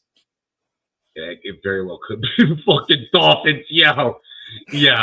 And Mike McDaniel is out. The reason I'm worried about a chain is because if McDaniels is out, they're going to completely bring in a new offense, and it's not going to work. Yeah. So you got Patriots as the 2 then in that division right now. I think that's fair. Yeah. I don't. And a lot of that has to do with Vrabel and not. A lot of that has to do with Vrabel. Yeah, Tyreek pull out, baby mama crash out. Yeah, all of those things, all those words together. I'm gonna take the over. I think that they get 9. I think that they get 9. A full year of Vrabel, full year of Drake May. I think 10 is not outlandish either. But I do like 9. If they were to set this at 9.5, I'd be, but 8.5, I think that is reasonable for what's given to May. Jaden Daniels. Bo Nix. Oh, okay. Oh yeah, Bo Nix. Yeah, Bo Nix. I'm sorry. Bo Nix. I don't think we got to spend too much time on Bo. If this offense, if he doesn't go up because of the way this offense is, this is a Sean Payton problem and not a Bo Nix problem. I think that is a fair assessment. Don't have to spend too much time on it. I don't want to necessarily. I don't feel like it's fair to say slump or could necessarily break out. I think that Bo Nix has shown us what Bo Nix is going to be, and I think that what we saw Bo Nix, that's what we're getting. Which I feel like that we're getting into the same conversation with Jaden Daniels as well, and I don't think that we really have to spend too much time on JD5. I feel like what we saw is what we're pretty much gonna get. If a slump is maybe 2 or 3 less TDs, or maybe 100 less rushing yards, but I feel like that we for the most part, what we're seeing is what we're getting with Nix and Jaden Daniels. I think that those two, you kind of just it's best to pair them together in that conversation. Would you agree? Yes. Well, yeah. For the most part. Where would you disagree? I still have Jaden higher. I mean, I have Jaden in Dynasty. I have Jaden as a top 3 quarterback. Overall? In the whole NFL? For Dynasty purposes, right now, he is my number 3 quarterback. Okay.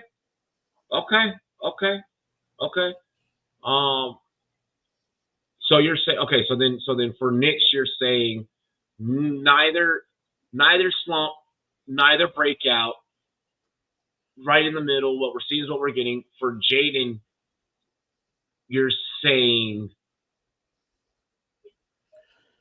breakout. Can you break out more than that? No, I'm saying that even if he regresses a little bit, it's not even a slump because he overachieved so much that the perception is going to be that he's regressing, but he's not. He can regress a little bit to the mean and still be okay. So that's what I'm saying with Nix and I see. Yeah. That's okay. That's what I was trying to. I got you. With those two, I feel like what we're seeing is what we're getting. Like even if there was maybe like I said, a couple 2-3 less touchdowns, 3-4 less touchdowns, and even maybe 100, 200 less rushing yards from either one of those guys. I don't consider that a slump. I'm not going to be oh my god. Yeah. Yeah, for Dynasty, he's clearly top 3. I don't think we're gonna get. Here's what I'll say. Could he regress? Yes, but we're not going to have a CJ Stroud drop. No, I don't think that it's going to be a CJ Stroud drop. I don't think that it's going to be a CJ Stroud drop. And finally, Caleb Williams, Ben Johnson, the new head coach. What are your thoughts? Slump? A slump? Hold on. No. I still think he's going to be decent. The expectations because of Ben Johnson being there are going to bite him in the ass and be too high.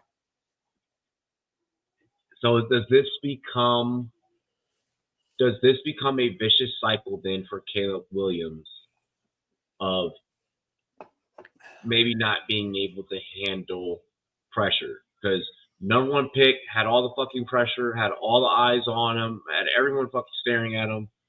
It was the big debate was, him or Jaden Daniels, No, to me, the biggest thing is this. You can't always expect a new head coach, just because he is an offensive genius, to walk in and fix everything in day freaking 1. And because they picked up Loveland, because they have Burden, so you got Burden and Loveland, you got DJ Moore, and you got Rome, and you still got Cole Kmet, because you have all these weapons in the team, and you still have Swift, and you still have Roschon, and you redid the offensive line. the expectation is that he's going to be the prospect that everyone thought he was going to be, the next Andrew, the next Mahomes, the next Luck. And I think that's not his fault. Is the settings of the expectations that have been bestowed upon Caleb Williams? I mean, these are things we see this time and time again. These are things that come with being the number one draft pick. This could be a Justin. I know he wasn't number one pick, but this could be Justin Fields 2.0. 2.0, and a lot of people were worried about that, and that's where a lot of people were like, don't do the Caleb Williams things. Ride it out with Justin Fields. Let him develop. Keep building. Build around him. I think that we start getting ready to cycle into that same conversation again. He could have a little bit of a bump up, right? He could have a little bit of a bump up, and it still won't be good enough for a lot of people. They're going to expect, if he's here and he ends up here, people are going to expect him to be here. Okay. I'm going to disagree. I think that he does. Oh, I hope you're right. I think he's gonna do enough. I want to make sure that I set parameters around what I'm gonna say because you bring up very valid points. I think he does just enough for us to say that was a breakout year. I think that he does enough to where we can sit back and we can call it a breakout in comparison to what and how shitty his rookie year was, which in reality was shitty because of his own cockiness and his own arrogance and the shit that he was talking before the draft process, because of how his dad was also talking during the draft process as well. So Caleb Williams is also a victim of his own arrogance. Yeah. I do worry a little because it's like, yeah, they did, beef up the offensive line. It looks like they are trying to work with you. You're being caught down on fucking South Beach over the weekend with 3 hugs when you need to be building chemistry with all these new guys because I'm sorry, you don't have the veteran presence of Keenan Allen there anymore to kind of walk over and be like, hey, do this. Hey, da-da-da-da-da. DJ Moore is not going to be the wide receiver to try and hold your fucking hand. We saw that last year. So you need to be – Caleb needs to start acting like a number one fucking draft pick. Oh, I'm not disagreeing with you there. I hope you're right about I just don't want people to think that I want him to fail. I want him to succeed because it would help a lot of things. It's just I don't know if it'll happen. I mean, I think eventually, I think Ben will be fine, but I just don't think the expectation of right away be perfect. You just don't know.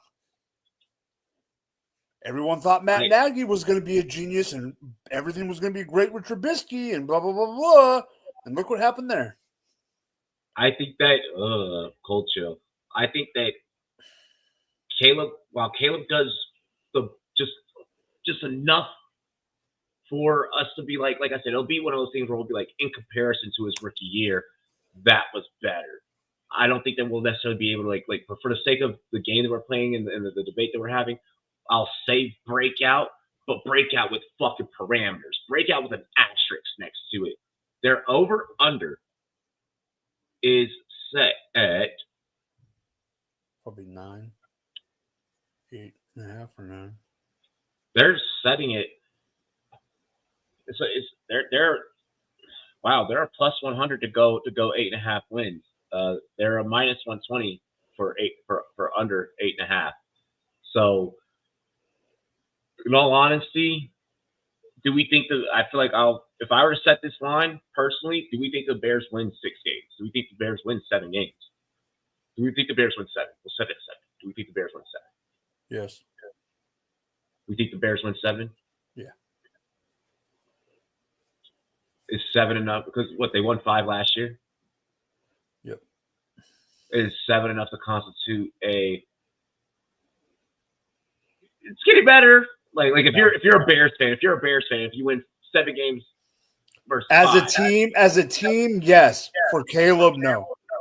So no, all right, okay. So moral victory for the team. For Caleb, it's like I'm starting to get worried.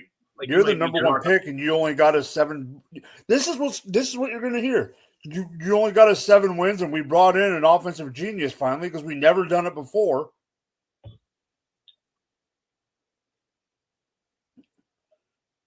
I'm not. Hey, we've been saying that. I mean, Chicago got a Pope. This can happen. That's a tall order for Caleb. I mean, Caleb has the arm talent to do it. It's just crazy that they don't have one ever. Chicago's also a cursed fucking franchise too. Like Chicago back in the day, they had quarterbacks like Jim McMahon and Jim Harbaugh who were not, and they ran the ball like crazy with Matt Forte, Walter Payton, freaking who's it? There's another one that I'm trying to remember that's like more recent, but you know what I mean. Yeah, no, I agree. Okay, all right. So I like the second year breakout segment. That's gonna make for some really cool fucking clips because those are some clean takes that we both dropped. Let's see here. We should do a wide receiver one next week. I was already ahead of you. I already put it in my notepad. Second year wideouts. Yeah.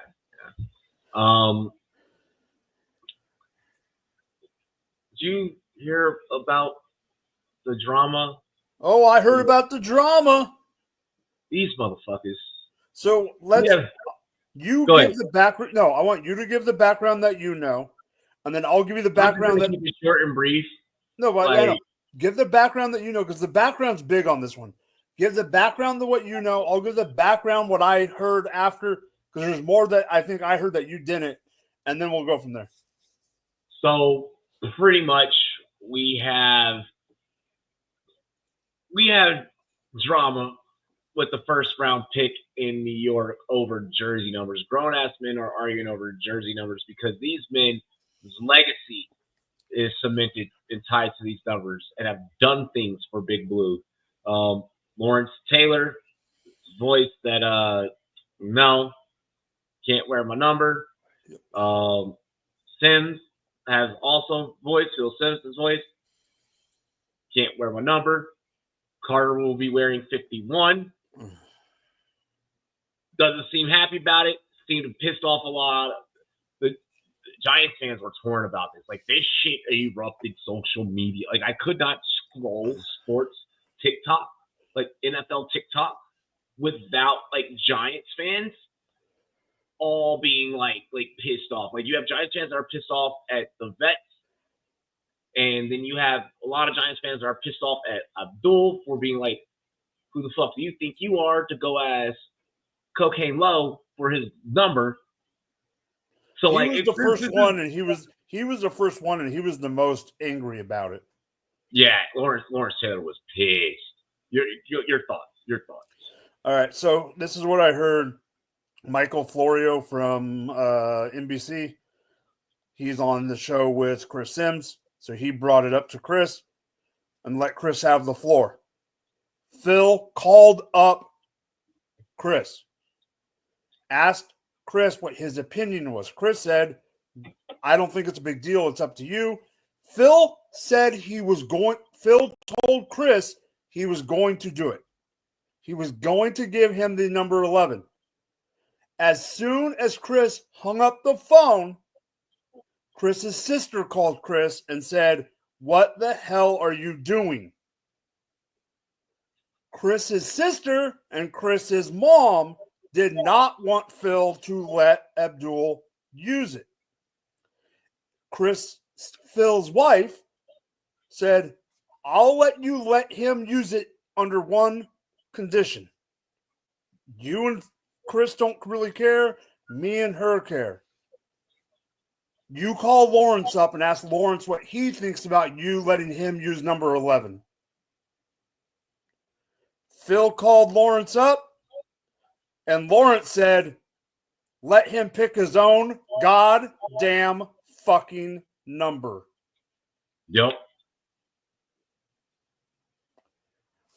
I agree with the Giants on this one in the sense of pick your number. I even have a little bit of a problem with, if you want to do it, you want to do it. And I get it's been a tradition for years. I understand that. How many times are we going to retire the number 88 for the Cowboys? If they have the 88 club. I know, but you know what I mean. And now you got Warren Moon letting Cam Ward use one. Fine, whatever. But if a player is going to stick up and not let you use the number, stop right there, pick another number, call it a day. Yeah. And if you want to use 51, how it's usually always been handled. Yeah. And if you want to use 51 because you want to be a mix between the Lawrence Taylor number and your 11 number, great, use 51 because I know you might be able to use 15 or 16 or whatever the mix might be. Use 51, call it a day. Get your number put up there on your own. He's talented enough to do it. That's pretty much it. I just think it's funny how I agree with you. Do I think it got blown out of proportion?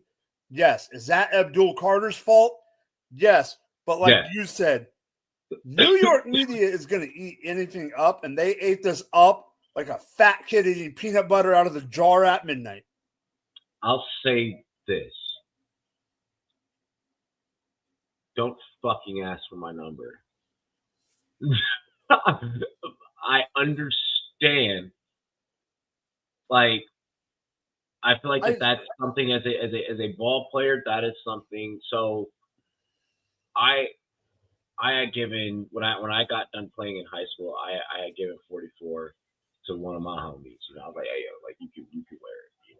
Like I started off wearing 84, and then I had given that one away to one of the homies. Then when I switched over to 44, I had given that one away too. It was just kind of like a tradition, but it was always like we were always taught that we pick who. And we pick kind of like the next man up. I've always respected that Joe Theismann, he's always been like, I'll call you, and we can have that conversation, and I'll be the one he gave Dwayne, his, so it's like, I think that is something that the person that had it before you, they should get that honor. And if they respect your game enough, then they reach out. They initiate it. I agree with you. But what's funny about this whole thing to me is if you're going to tell me, if you're going to pick 10 great defensive players across the league that have already retired, whatever, JJ, like you can even go back, you can go recent, whatever. Lawrence is probably going to be the number one that I'm going to say is not going to even entertain the fact. Lawrence one has done not just for the Giants, for the game of football in general, has done so much for the game that I would feel wrong for like even reaching out. I just feel like, like it's a little weird to be like I'm so talented that like I'm gonna approach this person that was way better, set the road for me. And be like, hey, because I'm this damn good and I'm the next man up, like, can I get your number? It's like it's crazy. It's just crazy. Yeah. But I think the other funny factor in this whole thing to me was just the family dynamic because Chris flat out said like, well, I didn't think anything. Me and my dad didn't think that much into it, but it was my mom and sister, so I'm outvoted. Those guys won rings together. So to them, and especially in LT's mind, he's probably like, no, we did this together. Fuck that. Fuck no. Like, they got to do it. They need to. LT's probably thinking, like, Eli and the boys did it, and we ain't have to deal with this shit. Yeah. He's like, Strahan ain't come to me. Like, what are we doing? And I think that's how LT's probably thinking. Oh, yeah. And I don't blame him. It's the most New York Giant like mentality. Like if you look at those Giant players that like were on those teams that won those rings, like in both eras of those, it's the most fucking New York thing, and I love it honestly. Finally, I want to get into NBA Finals reactions.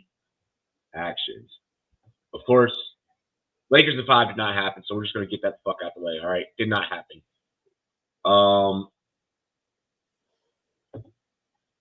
What are your thoughts on the finals so far? Nuggets are making it a little bit, are doing a lot better than what I figured, except for that blowout that happened a couple of nights ago. That was fucking insane. That was insane. Like when the Nuggets got their shit blown out by the Thunder the other night. Oh yeah. No, I think the Thunder. I think the Thunder are going to end up winning this. I'm okay with that one. Gentlemen sweep.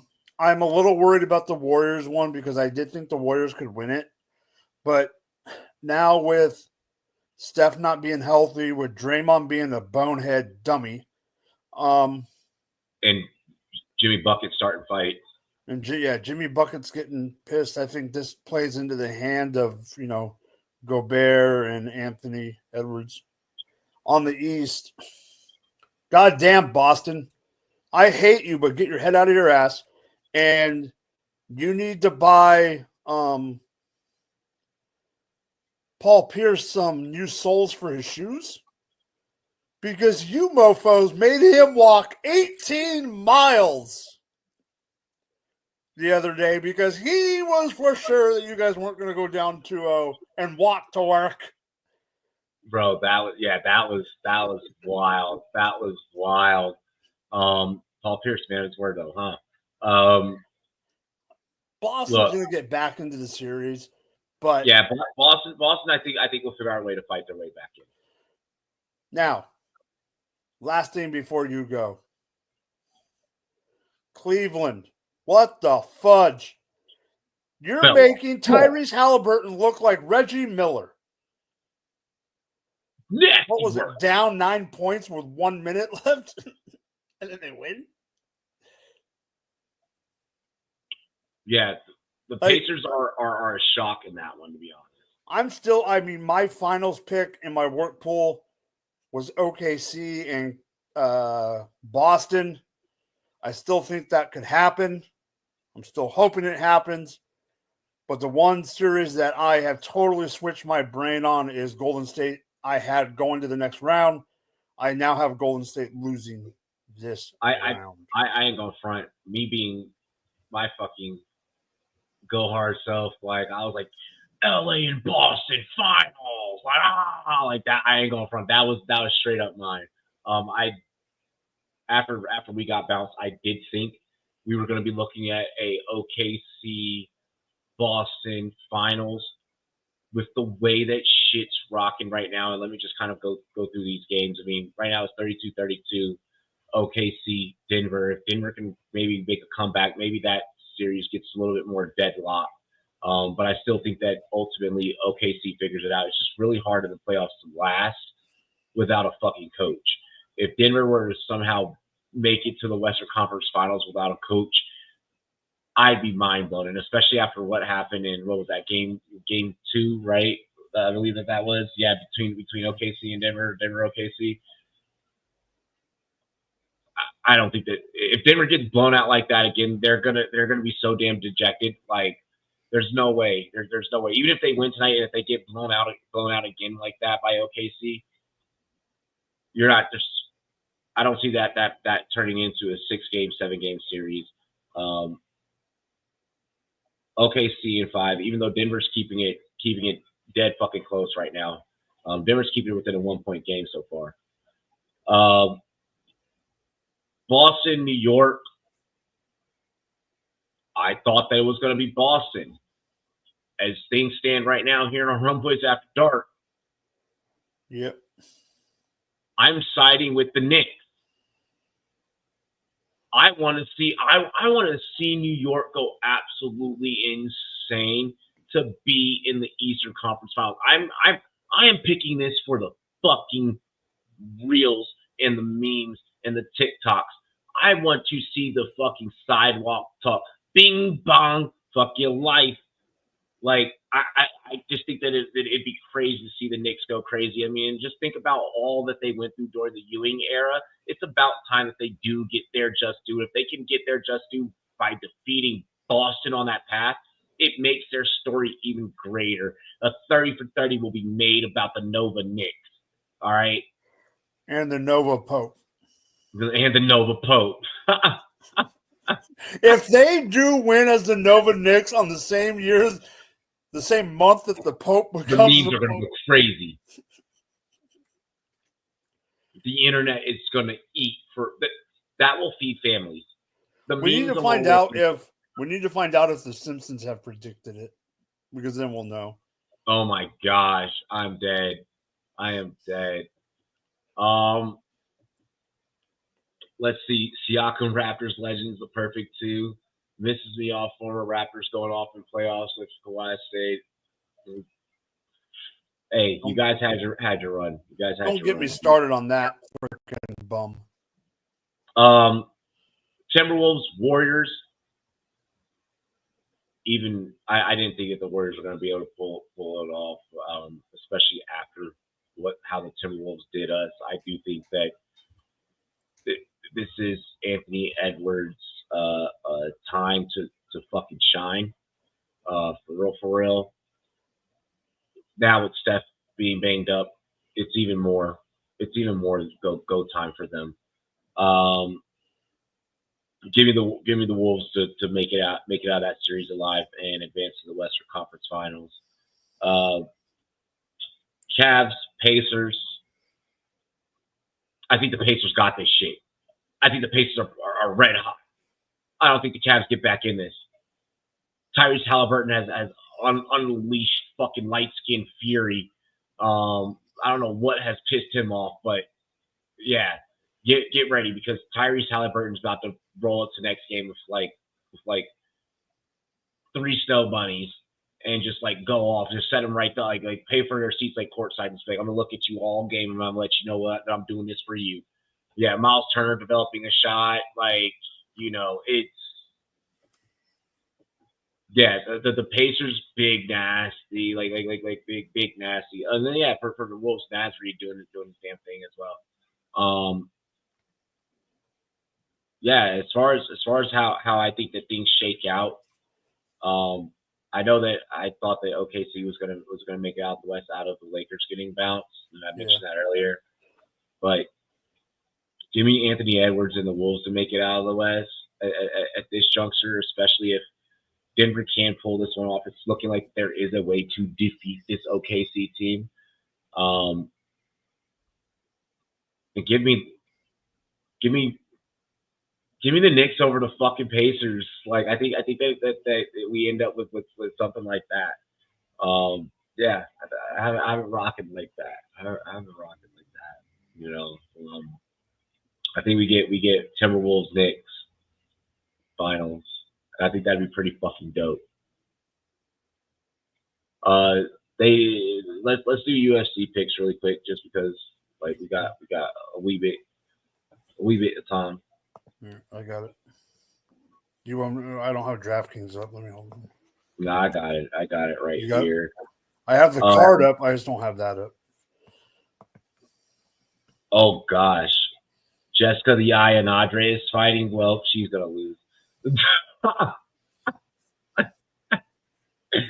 Oh, yeah. That's a give me.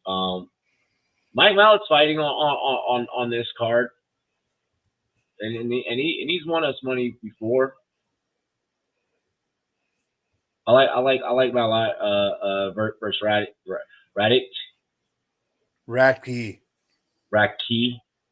I had a teacher named Raki. It was spelled that exact way too. It was like 3rd grade, 4th grade. Yeah. Miss Raki, you're out there. You were pretty dope. Oh gosh. Alexa Grasso stepping back in the ring against Natalia Silva for the women. But here's what I don't understand. What do the odds say? Plus 200 for Grasso. I don't get it. Why? Why is she the underdog? That's what I'm. And why is it a minus 245 underdog? Or favorite? That's not. And Grasso's number 1 and Natalia Silva's number 5. Not saying that Silva's bad, but that should be the other way around if you're going purely by rank. Yeah, I agree. Hey, that's one that I say take the free money on.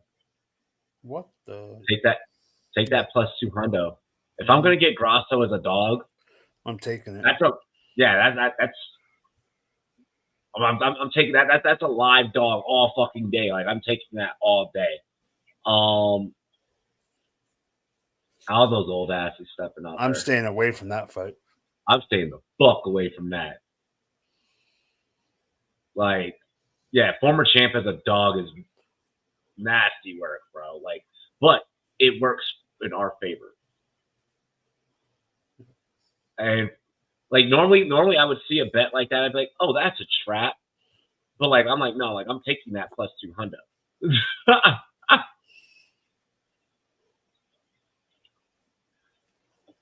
Although work has it, you take the French special forces. But I'm staying away from the Aldo fight altogether. Fuck that. Oh yeah. Yeah. Like a minus 192. I'm not even trying to bring superstition or anything into this, but just seeing that number just doesn't feel safe enough for me. It's such a weird You know how when you step to the roulette table, just certain numbers that you just don't play or you won't play. That's how I feel with that. Shevchenko is a plus 114, which is unreal. How is the champion plus 114? Are they trying to say that that this is probably? Are they trying to tell us that Grasso, Shevchenko, probably about to I think they're saying this is a change of the guard. Yeah, they'll say change of the guard. That's the only way to say it. Farad just dog Blanchfield, bro. That doesn't mean shit. Yeah, second best female fighter of all time. Bro, get murked. He's put Benoit and Aldo in the lay. I am not. I am not. The Benoit is just it's a 1350. Why even play that? That I'm getting no juice. I'm getting no juice on that. That's just there for an extra dollar on the bet. 1350? No. I mean, the over 1.5 rounds is at plus 150. What's that tell you? Yeah, no. And then Bilal Muhammad, Madalena, Jack Della Madalena.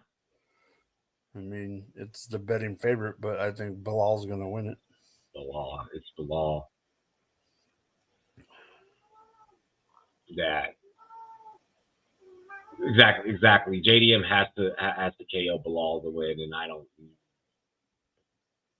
I'm taking Bilal. So the bets that I would take here would be Shevchenko, Grasso, and Bilal. Those are my main ones that I guess. I take Mallet and I take Benoit just for the hell of it. Bilal has Canelo hands. Yeah, Mallet on the main event. Do the prelims. Dude got fraud check last time.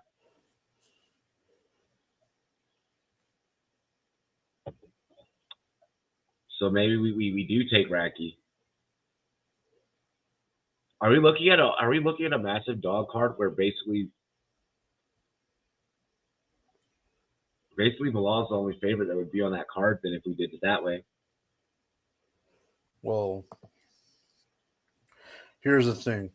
If we took Jonathan Vicious, because I do think that Jessica Andrade loses. if we were to take Radke, we would throw Benoit on there just because. Andrade is the underdog, so you'd be taking a favorite there. You'd be taking a favorite with Malott, and then you'd be taking with Muhammad. Then you just back in that the Shevchenko. The girls are the only two. The two girl fights up top are the two fights that you would backfill the favorites or backfill the dogs. The dogs. 6-pick parlay. 5 wins, 192. Well, it's not a surprise. I'd run that. I'm almost tempted to just be like smash. Because I'm like, why not? Like why not? For 5, yeah. And I feel like buy it now before the line moves. Because it will. Yeah, especially on those dogs. Because the casuals will come in. They'll see Grasso. They'll see Shevchenko. They'll all throw down money, and then they'll put them at favorites by tomorrow morning. So, hey, all right. Mike, any final takes? No, enjoy your weekend like I'm going to. Try to, at least. Mm-hmm. And happy Mother's Day to all the mothers. And other than that, peace out, homies. See you later. Absolutely, yes. Happy Mother's Day to all the mamas. I will be spoiling the women in my life. Already started spoiling the mama for the weekend. Then we taking care of the wifey, then my mother-in-law, and then as well as my son's grandmother over on that side as well. So, yeah, gonna be a lot of fun. It's gonna be a fun weekend. I'm about to probably blow a lot of fucking money, which is why we need this bet to hit.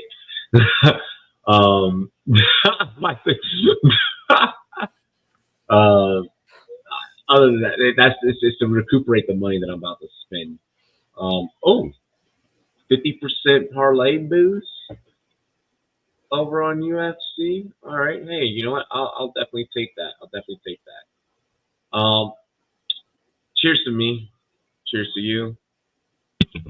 All the Rumboyz and girls, what to do? Dilly dilly. Go like the new golf vlog short. Make sure that you guys like all the content. We love you guys. We appreciate you guys. Catch you next Friday. Dilly dilly, y'all. Dilly, y'all.